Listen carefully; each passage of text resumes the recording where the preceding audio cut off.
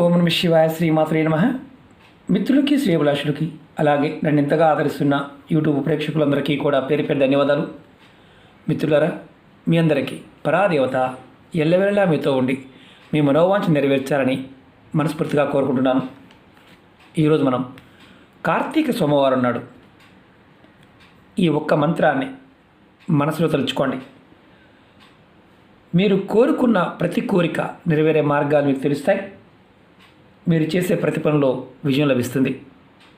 అలాగే మీరు ఏ పని చేసినా ఏదో ఒక ఆటంకం వల్ల ఆ పని ఆగిపోతూ ఉన్నా, అలాగే చేస్తున్న పనుల్లో ఆగిపోతూ ఉన్నా, మీరు ఏ పని చేసినా ధన నష్టం కలుగుతూ ఉన్నా, లాభం రాకుండా ఉన్నా, మీరు ఖచ్చితంగా ఈ మంత్రాన్ని మనసులో తలుచుకోవడం వల్ల మీకు అపజయం అనేది లేకుండా ఉంటారు.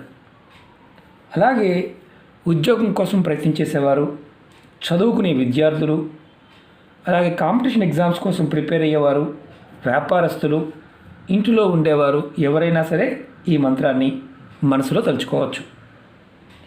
ఎప్పుడు ఏదో ఒక సమస్య మీ కుటుంబంలో మీరు ఇబ్బంది పడుతూ ఉంటే, అలా అంటే కుటుంబ సభ్యులతో గొడవలు కానీ, అనారోగ్య సమస్యలు కానీ, ఎటువంటి సమస్యలు ఉన్నా బయటపడలేకపోతున్నాము అనేవారు ఈ మంత్రాన్ని తప్పకుండా చదవండి. అంటే మనసులో అనుకోండి, చాలా తేలికైంది. ఈ మంత్రం ఎక్కడుందో కూడా మీకు చెప్తాను. అలాగే ఈ మంత్రం మీరు మనసులో తలుచుకోవడం వల్ల మానసిక ప్రశాంతత కూడా లభిస్తుంది. వివాహం కాని వారికి వివాహం అవుతుంది. అలాగే ధనానికి లోటు ఉండదు, ధనప్రాప్తి కలుగుతుంది, లక్ష్మీదేవి మీకు ఆకర్షింపబడుతుంది. ఈ మంత్రం ఆడవారైనా మగవారైనా మనసు తలుచుకోవచ్చు. నెలసరి సమయంలో మాత్రం చేయవద్దు. ఈ మంత్రాన్ని సోమవారం ఉదయం కానీ సాయంత్రం అయినా సరే, అంటే ఉదయము సాయంత్రం 2 సార్లు మనసులో తలుచుకోవచ్చు. స్నానం చేసిన తర్వాత ఈ మంత్రాన్ని ఒక 108 సార్లు లేదా ఒక 5 నిమిషాల సేపు మనసులో తలుచుకోండి. మీ పూజా గదిలో అయినా చేసుకోవచ్చు, లేదైనా గదిలో కూర్చుని కూడా చేసుకోవచ్చు. మీ ముఖం తూర్పు వైపు కానీ ఉత్తరం వైపు పెట్టి చేసుకోండి. ఈ మంత్రాన్ని తలుచుకోవడం వల్ల విశేషమైన ఫలితాన్ని పొందుతారు మనం చెప్పుకున్నాం. ఈ మంత్రం ఎక్కడ ఉంది, ఏ గ్రంథంలో ఉంది, ఇలాంటివన్నీ ఉంటాయి. మనం శివపురాణం చదివిన వారికి అర్థమవుతుంది. ఇది శివపురాణంలో ఈ మంత్రం ఒక అద్భుతమైన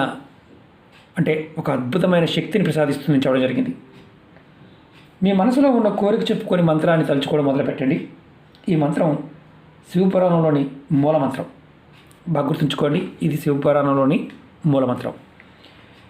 మేము పెద్ద ఉపాయాలు చేయలేము, పూజలు చేయలేము అనుకునేవారు రూపాయి ఖర్చు లేని ఈ ఉపాయం చేసి చూడండి.